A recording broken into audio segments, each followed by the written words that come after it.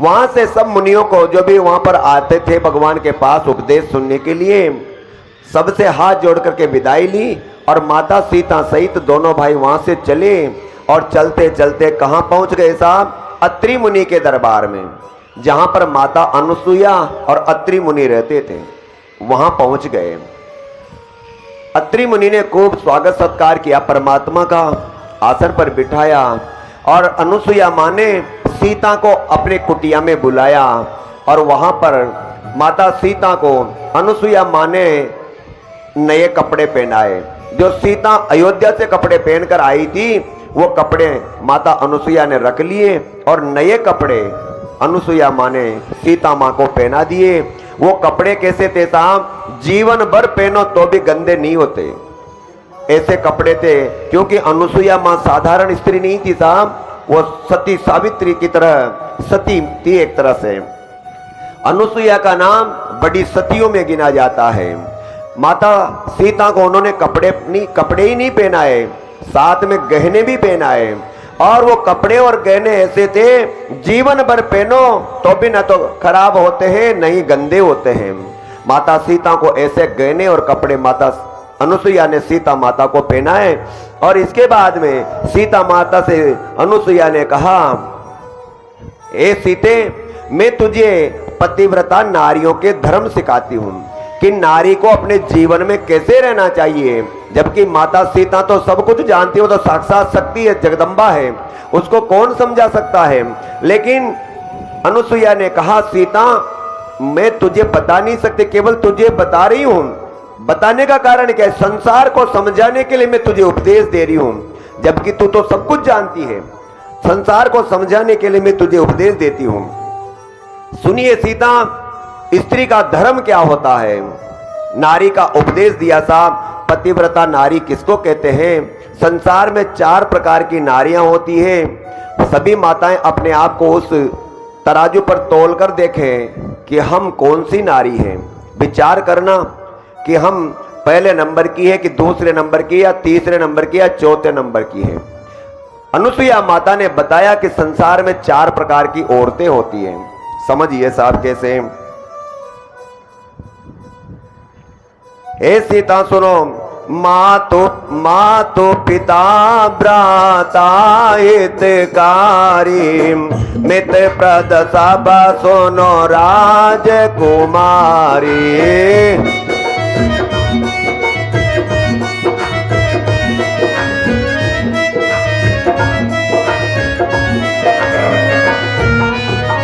हे सीते सुनो, स्त्री के लिए जीवन में माँ, भाई, पिता, बहन, परिवार के सभी रिश्ते नातेदार खूब सुख देने वाले होते हैं। लेकिन पति ही एक ऐसा होता है, ये सब रिश्ते तो सुख दे सकते हैं लेकिन मोक्ष नहीं दिला सकते। मोक्ष का मतलब भगवान का दरबार तक नहीं पहुंचा सकते, बैकुंठ में नहीं पहुंचा सकते। बैकुंठ में पहुंचाने का काम केवल पति ही कर सकता है। पिता भी नहीं कर सकता स्त्री के लिए, माँ भी नहीं कर सकती, भाई बंधु कोई नहीं कर। माँ तो पिता भ्राता हितकारी है, भले से भला करने वाले हैं, जीवन के आपको सब सुख दे सकते हैं। लेकिन अगर मोक्ष की जहां बात आती है, स्त्री को पति के बिना मोक्ष कहीं नहीं मिल सकता। इसलिए हे स्त्री, हे सीता, वह स्त्री अधम कहलाती है जो ऐसे मोक्ष दिलाने वाले पति को छोड़ करके भी, मोक्ष दिलाने वाले पति की भी सेवा न करके वो संसार में दुनिया की सेवा करने में लगी रहती है। ऐसी नारी को अधम कहा जाता है। हे सीता, संसार में इन 4 चीजों की परीक्षा संकट के समय होती है। कौन कौन सी चीजों की? धीरज, धर्म, मित्र और नारी, आपद काल पराके उचारी।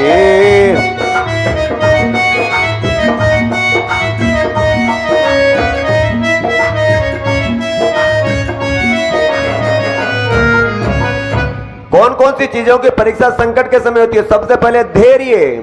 आपका अंदर कतरोक धीरज, कतरोक धैर्य रखाणो छो। अचानक कहीं भी संकट आ गयो और आप जल्दबाजी में वो काम कर जाओ तो जो कभी न करबो चाहिए।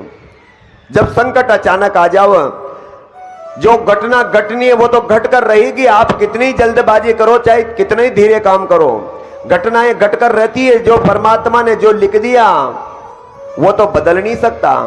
लेकिन हम धैर्य कितना रखते हैं संकट के समय, ये हमारे ऊपर डिपेंड करता है।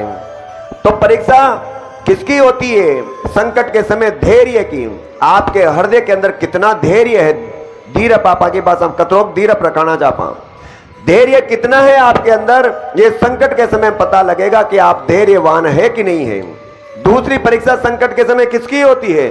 धर्म की। जैसे मान लो आप रोजाना बालाजी का दर्शन करवा 7 बजे आ रहा छो और अचानक परिवार का माना कोई बीमार हो गयो 7 बजे, अब आपको 7 बजे को टाइम तो बालाजी का आबाक हो चुकी, धर्म से आपको नियम बालाजी का संकल्प ले रखे हो, शाम रोजाना 7 बजे आऊंगा, और आपका अचानक कोई बीमार हो गयो, अब धर्म न निभाओगा, छोरा छोरा ने निभाओगा। तो धर्म की परीक्षा भी संकट के समय होती है। आप अपने परिवार को छोड़ते हैं या धर्म को छोड़ते हैं, धर्म को निभाने की परीक्षा भी संकट के समय होती है। आप धर्म को निभाते हो कि नहीं निभाते? आपको संकल्प 7 बजे को तो 7 बजे छोरा छोरी बाद में दिखे जाओगा, पहले भगवान को काम। जो व्यक्ति संकट के समय धर्म को नहीं छोड़ता, परमात्मा उसको कभी नहीं छोड़ता। का देख मारा खातिर छोरा छोरा ने भी छोड़ आयो, गत्री समस्या घर में आ गई लेकिन वहां छोड़ रहा गयो, तो परमात्मा उसकी मदद करता है। लेकिन हम धर्म को छोड़ देते हैं जब संकट आता है और परिवार में उलझ जाते हैं। इसलिए अनुसुईया कह रही है, सीता संकट के समय धर्म की भी परीक्षा होती है। तीसरी परीक्षा कहीं की होती है? मित्र की। जीवन में हर रिश्ता परमात्मा का बनाया हुआ होता है साहब। आपको मां कैसी मिली? ये भगवान ने जो दी। बाप कैसा मिला? जो भगवान ने दिया। बहन कैसी मिली? भाई कैसा मिला? पत्नी कैसी मिली? दुनिया भर के सब रिश्ते परमात्मा के दिए हुए हैं। नाना बामा काका बाबा जो भी है, सब रिश्ते परमात्मा ने जो दे दिए वो बने हैं। लेकिन मित्र ही एक ऐसा रिश्ता है जिसको हम सोच समझ के बना सकते हैं। जीवन में मित्र ऐसे व्यक्ति को बनाइए साहब। मित्र भले जीवन में एक ही हो, पूरी दुनिया को बनाने की जरूरत नहीं है, लेकिन ऐसे व्यक्ति को मित्र बनाइए जो आपके दुख के समय आपका साथ दे सके। तो परीक्षा मित्र की कब होती है? संकट के समय। संकट के समय ही मित्र की परीक्षा होती है साहब। 3 चीजें हो गई, धीरज, धैर्य कितना है, धर्म संकट के समय, और तीसरा है मित्र, इसकी भी परीक्षा साहब संकट के समय होती है। और चौथी, स्त्री जो आपकी पत्नी है, उस पत्नी की भी परीक्षा संकट के समय होती है। सुख में तो साहब सभी साथ दे देते हैं, सुख में तो सभी प्रेम से रह जाते हैं, लेकिन जब दुख पड़ जावे आदमी के ऊपर, तब भी नारी उसी प्रकार से रहे जैसे सुख में रहती थी। उस समय भी उतना ही सम्मान दे। सुख में तो बड़े लाड प्यार से पति ने रखाना, लेकिन जो ही समय खराब आ जाव और लोग में रोजीना गाड़िया खाड़ में लाग जाव, इसका मतलब वो नारी भी अपनी धर्म पत्नी कहलाने लायक नहीं है। अच्छे समय में तो सभी साथ दे जाते हैं, लेकिन बुरे समय में जो नारी अपने पति का कदम से कदम मिलाकर साथ देती है, उस नारी का ही पतिव्रता धर्म कहलाता है, और वो नारी ही धर्म पत्नी कहलाने की अधिकारिणी है साहब। तो सीता को बता रही है मां अनुसुईया कि इन 4 की परीक्षा कब होती है? संकट पड़ने पर। किस किस की? धैर्य की, धर्म की, मित्र की और पत्नी की, नारी की। इन चारों की परीक्षा संकट के समय होती है। हे सीता आगे सुनो, पति चाहे स्त्री को बूढ़ा मिल जाए, चाहे वो रोगी और रात दिन बीमार रहता हो, चाहे मूर्ख मिल गया हो, चाहे पति गरीब हो, चाहे अंधा हो, चाहे बहरा हो, चाहे लंगड़ा हो, चाहे क्रोधी हो, कितना ही चाहे गरीब हो, बिल्कुल हद से ज्यादा दुनिया में अपमान करने वाला, दुनिया उसका अपमान करने वाली हो, लेकिन नारी को अपने पति का अपमान करने का कोई अधिकार नहीं है। पति बली सु कम सुन तो अब एक बार में सुन बाबा नारी को तो 2 बार भी सुनानी पड़ेगी, लेकिन एक बार तो दूसरी बार खबा में पान आ जाओ चे औरत न, और वह गाड़िया काट रखा खाता है सुना माता ना। जो नारी अपने पति का सम्मान नहीं करती साहब, चाहे वो भगवान के दरबार में 50 बार अपनी गर्दन अपना सिर घिसती रहे, परमात्मा उसकी कदर नहीं करता। जो नारी अपने पति की कदर नहीं करती, परमात्मा उसकी कदर नहीं करता, क्योंकि पति परमेश्वर तो नहीं होता, लेकिन परमेश्वर का दर्जा पति को दिया जाता है, परमेश्वर के समान उसको माना जाता है। इसलिए नारी का पहला धर्म होता है अपने पति परमेश्वर की सेवा करना। वो एक ही धर्म एक व्रत नेमा, काय बचन मन पति पद प्रेमा। नारी का एक ही धर्म है साहब, अपने पति के चरणों में सच्चा प्रेम होना। आज की नारी तो पति का चरण चूबा में भी शर्म आओ जैसा, अपने पति के चरण भी नहीं छूती। सेवा तो बहुत दूर की बात है, सेवा तो कहां से करेगी। ये माताएं जो बेटी है छूती है क्या अपने पति के चरण? देखा हाथ ऊंचो करो, कोई छू जगह अपने पति का पगा का पड़ा चक जहां लोग यहाँ का पगा लागो चो, अच्छा चरण चो चोक आशीर्वाद लियो चोक अपना पति देवता सु।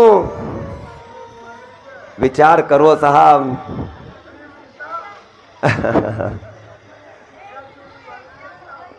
शाम सुबह अपना पति देवता का ढोक देबो करो, जैसे आप भगवान का ढोक दिया जा साहब अपने पति, क्योंकि हमारा परमेश्वर है वो। अगर पति का हम सम्मान नहीं करते साहब तो चाहे भगवान का रात दिन आओ, रात दिन कथा भागो सुनो, खाई मतलब कौन। पति ही परमेश्वर है नारी के लिए। ये ग्रंथ कह रहे हैं साहब, मैं नहीं कह रहा, लेकिन ग्रंथ में कहीं न कहीं बड़े बड़े विद्वान ने जो चीजें लिखी है झूठी तो नहीं लिखी, कहीं न कहीं अच्छी चीजें लिखी है ग्रंथों में, इसलिए इनको मानना चाहिए। तो नारी का एक ही धर्म है पति की सेवा करना। पति से रोजाना शाम सुबह प्रणाम करके उससे आशीर्वाद लो। और सेवा तो बहुत दूर की बात है, लेकिन कम से कम आशीर्वाद लेना शुरू कीजिए।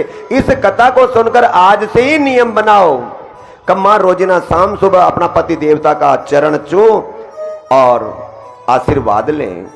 ऐसा नियम बनाओगे तो भगवान भी प्रसन्न होता है। सीता को आगे सुनाया साहब, हे सीता सुनो, चार बात के नारियां है इस जग के बीच, अति उत्तम है प्रथम फिर उत्तम मध्यम नीच। ए सीता, संसार में चार प्रकार की नारियां हैं जो मैं तुझे समझाती हूं। उत्तम के आस बस मन माही,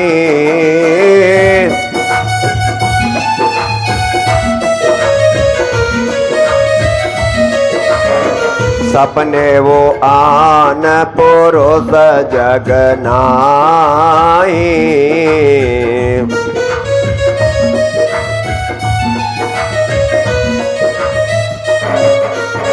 ए सीता, चार प्रकार की नारियां होती है, जिसमें पहले प्रकार की नारी कौन होती है? जो कभी पराये पुरुष का मुंह भी नहीं देखती। अपने जवान, जब बेटी जवान हो जाए बाप का भी चेहरा देखना पसंद नहीं करती। पतिव्रता नारियां वो होती है जो अनुसुईया माँ है, सतियां इनको कहते हैं साहब, अपने बाप का भी चेहरा देखना पसंद नहीं करती, भाई का भी चेहरा देखना पसंद नहीं करती, नीची गर्दन करके बाप से भाई से बात किया करती है। ये होती है सती सावित्री या सती अनुसुईया के समान माताएं, जो जीवन में तो देखना बहुत दूर की बात है साहब, सपने में भी कभी कोई पराया पुरुष नहीं आता, सपने में भी।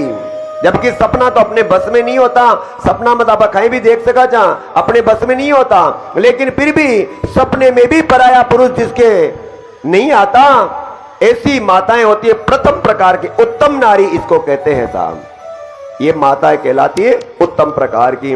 पति, उसका जीवन का लक्ष्य क्या होता है? पति ही व्रत है, पति ही गति है, मेरा पति ही घर बाहर है। क्या सोचती है ऐसी नारी? कब मेरी पति से ही मेरी गति होने वाली है, मेरी सदगति होगी। मेरा पति ही मेरा घर है, मेरा पति ही संसार है। मैं परमेश्वर को क्या जानूं, मेरा पति ही परमेश्वर है। मैं भगवान को नहीं जानती, मेरा परमेश्वर कौन है जो मेरे घर में मेरा स्वामी बैठा है। जो पतिव्रता नारियां होती ऐसा सोचती है। कैसा पूजन कैसा उद्यापन, तारायण या चंद्रायण है, मेरा घर ही बैकुंठ है, जिसमें मेरा नारायण है। पतिव्रता नारी किसी का व्रत नहीं करती, आज 11 आ गई, आज चौथ आ गई, आज मावस आ गई, नहीं। किसी भगवान को नहीं मानती पतिव्रता नारी। भगवान तो जिसको मान रखा है उसका व्रत कीजिए, उसको मानिए सब कुछ। क्या व्रत करना है? कुछ नहीं करना। मेरे स्वामी ने अभी तक भोजन नहीं किया, मैं भोजन नहीं करूंगी जब तक मेरे स्वामी भोजन नहीं करे। उन्होंने पानी नहीं पिया, मैं अब तक पानी नहीं। मतलब प्रत्येक नियम अपने स्वामी के पीछे है। हर काम उनकी खुशी में खुश हूं, उनके दुख में दुखी हूं। जो अपने पति के लिए सब कुछ सर्वस्व लौटा दे, ऐसी नारी पतिव्रता नारी कहलाती है। दूसरे प्रकार की नारी सुनिए। माध्यम पारपति देखाई कैसे,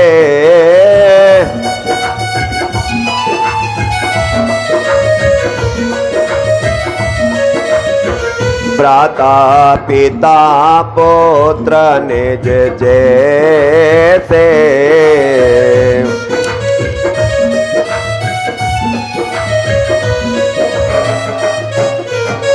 दूसरे प्रकार की नारी कौन सी होती है?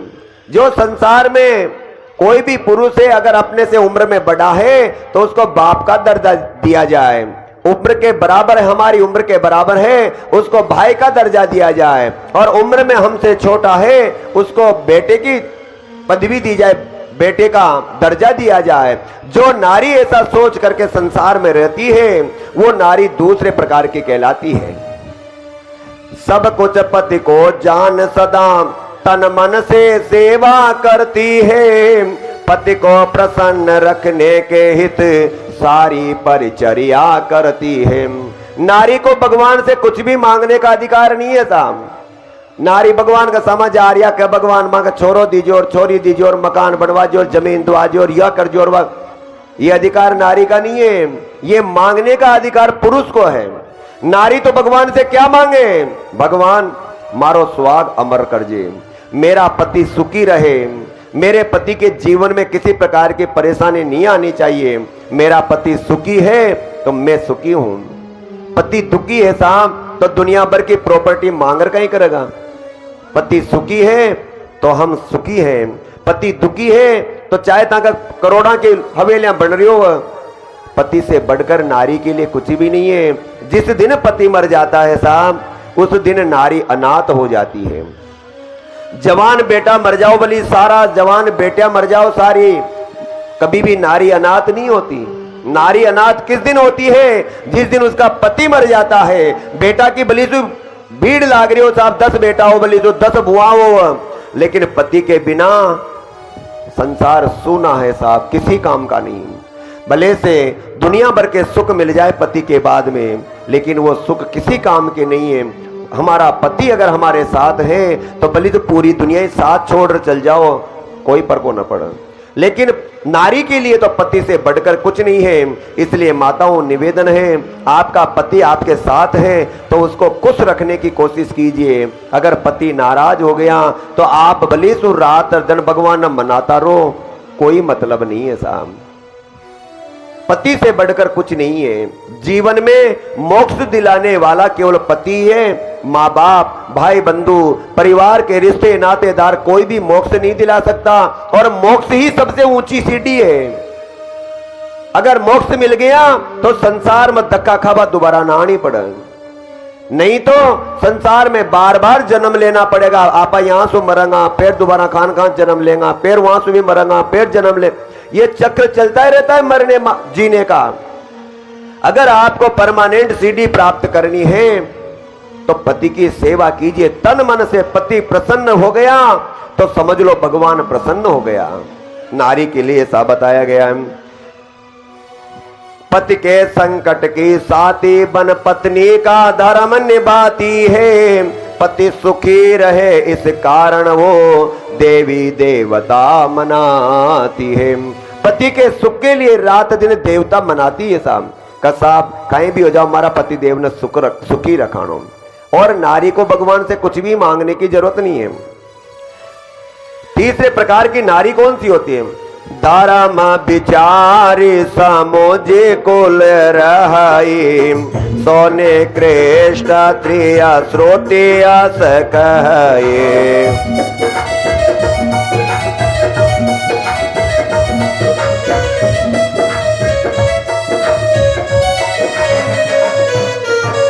तीसरे प्रकार की नारी वो होती है कल लोग बाग कहीं कहेगा आपा न करेंगा, तो ये सब लुगाइया या पूजा कर रही चे आपा न करेंगा तो लोग बाग कहीं कहेगा कि या लुगाई खाई न समझे। मतलब देखा देखी दूसरों की देख करके या लुगाई देखो साहब का पति की सेवा करी तो मुंह भी करूं, कहने का मतलब मन में इच्छा नहीं है लेकिन फिर भी पति की सेवा कर रही है तो वह सेवा करना कोई मायना नहीं रखता। अपनी सच्ची श्रद्धा तो लोग बाग कहीं कर रहा था आपा को कहीं लेने दोनों आपा तो आपा को कर्म बढ़िया करा। अच्छा जो कर्म करेगा साहब उसको अच्छा फल मिलेगा, जो बुरा कर्म करेगा उसको बुरा फल मिलेगा, क्योंकि कर्म के आधार पर ये संसार चलता है। जो जैसा कर्म करेगा उसको वैसा फल मिलेगा, इस जन्म में ना सही अगले जन्म में मिलेगा, लेकिन उस फल का कोई भी काम करोगे उसका फल अकारत नहीं जाता। पुण्य किया है अगर आपने तो भले से इस जन्म में उसका फल नहीं मिले भले अगले जन्म में मिलेगा, लेकिन कहीं ना कहीं आपको उसका फल अवश्य मिलेगा।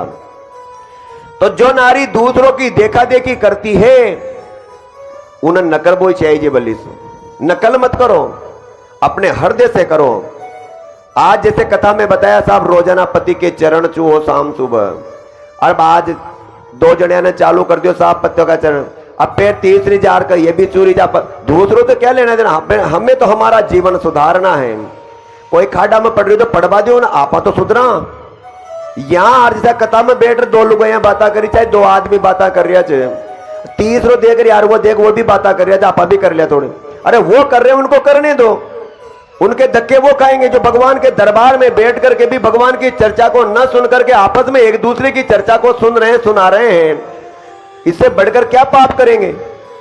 तो हम उनको देख करके अगर हम भी गड्ढे में गिरना चाहते तो फिर तो उनमें और हम में क्या अंतर हुआ, कम से कम हम तो सुधरे। जीवन में दूसरों को देखा देखी जो काम करता है उसका जीवन किसी काम का नहीं है।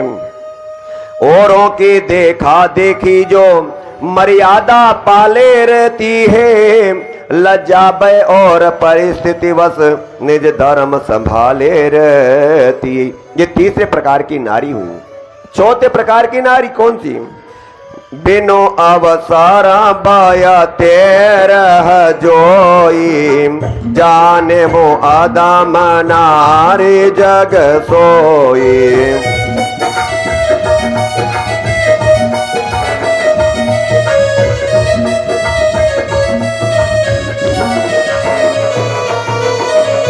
जो नारी अपने पति को छोड़कर पराये पुरुष से रति करती है साहब, पराये पुरुष के साथ में चुपके से या धोखे से अपने पति को धोखा देकर जो पराये पुरुष के साथ में रति करती है, ऐसी नारी 100 कल्पों तक, एक कल्प कितना होता है साहब 4 युग मलार एक कल्प हो, सतयुग द्वापर युग त्रेता युग और योग कलयुग, ये चारों मलार एक कल्प हो। तो ये ऐसे 100 कल्पों तक वो नारी नरक में पड़ी रहती है जो अपने पति को धोखा देकर पराये पुरुष से रति किया करती है। क्षण भर के सुख के लिए, थोड़ी देर के सुख के लिए जो नारी करोड़ों जन्मों के दुखों को नहीं समझ पाती, उसके समान दुष्ट नारी कौन होगी। और जो स्त्री छल कपट छोड़कर केवल पतिव्रता धर्म को निभाती है, अपने पति की सेवा करती है, वो नारी भले से दुनिया में कोई पाठ पूजा न करे, भले कोई व्रत न करे, भले कोई भगवान के दरबार में न जाए, कोई कथा कीर्तन न करे, लेकिन अपने पति की सच्चे मन से अगर सेवा करती है तो उस नारी को मोक्ष मिलने में देर नहीं लगती, वो मोक्ष पे पहुंच जाती है। लेकिन सच्चे मन से करे अपने पति की सेवा तो नारी के लिए मोक्ष मिलने में देर नहीं लगती। लेकिन जो नारी अपने पति के प्रतिकूल चलती है, रात दिन अपने पति को गालियां देती है, बुरा कहती है, ऐसी नारी अगले जन्म में जाकर बड़ी जवानी में विधवा हो जाती है साहब। जो नारी अपने पति की कदर नहीं करती, पराये पुरुष से रति करती है, ऐसी नारी अगले जन्म में नारी के रूप में पैदा होगी और बड़ी जवानी में विधवा हो जाएगी। ये रामायण कह रही है साहब, मैं नहीं कह रहा। कौन सुना रही है कथा? ये अनुसुईया मां सुना रही है। किनको? मां सीता को। हे सीता, संसार में ये से इस 4 प्रकार की नारियां होती हैं।